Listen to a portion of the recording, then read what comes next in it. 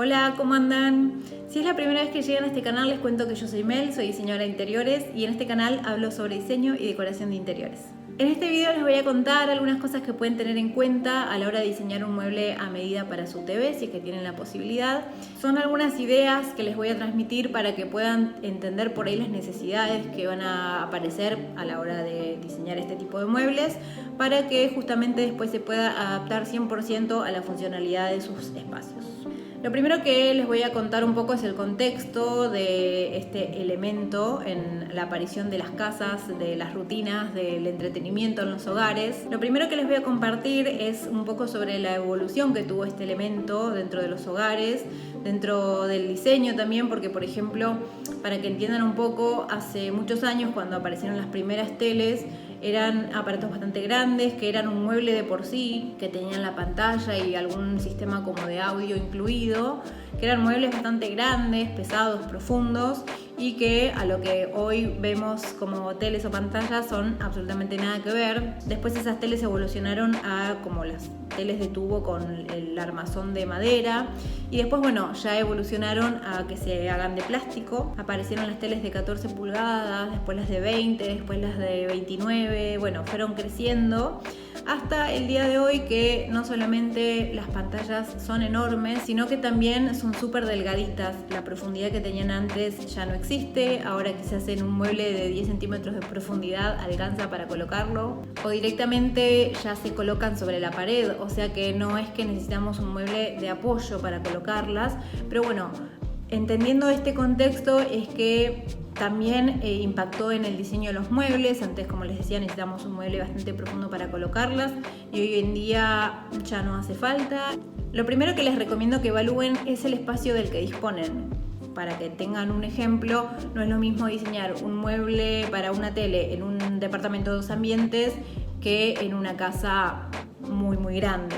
Una vez que entendimos ese primer concepto, que es bueno, la condición que nos da el ambiente o el espacio o la necesidad principal, y dentro de este ítem otra cosa que es fundamental es tener en cuenta el tamaño de nuestra tele, porque por ejemplo no es lo mismo diseñar un mueble para una tele de 42 pulgadas que para una de 55, o sea que estas dos cosas van a ser las que nos van a condicionar como primer paso, como base para empezar a pensar y diseñar nuestro mueble. Así que eso ténganlo muy en cuenta, porque en el resultado final les aseguro que estas dos cosas van a ser claves para que puedan tener un mueble muchísimo más funcional.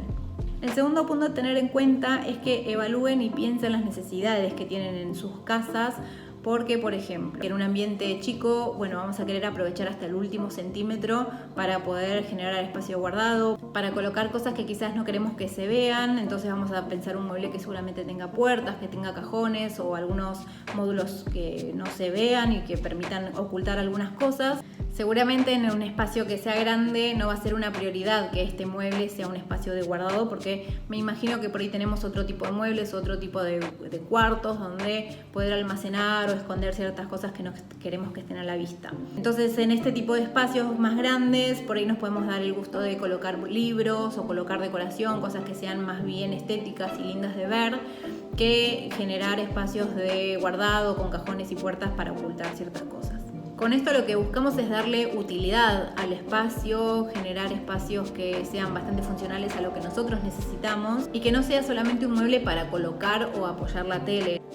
El tercer punto que les recomiendo que tengan en cuenta es el diseño, y con esto me refiero 100% al estilo que le van a dar. Por ejemplo, no es lo mismo diseñar un mueble estilo industrial si el resto de la decoración es más bien nórdica, como que no tendría mucho sentido.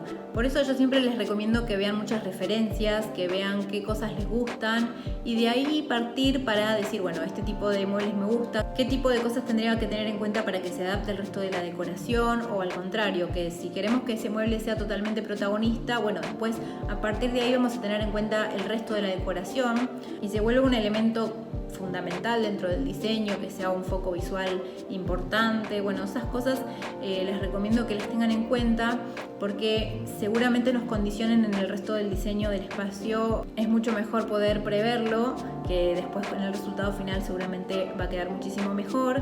Como para que tengan en cuenta una comparación, si ustedes tuvieran un espacio muy grande o bastante elegante, por ahí no sería la solución ir a comprar un mueble estándar. Que puede funcionar seguramente sí, pero ya que tienen la posibilidad de diseñar un mueble a medida, bueno, estas cosas están buenísimas pensarlas para que después el mueble se adapte al diseño del resto de la casa. Y de la mano del punto anterior viene el punto número 4, que es el tema de la elección de los materiales.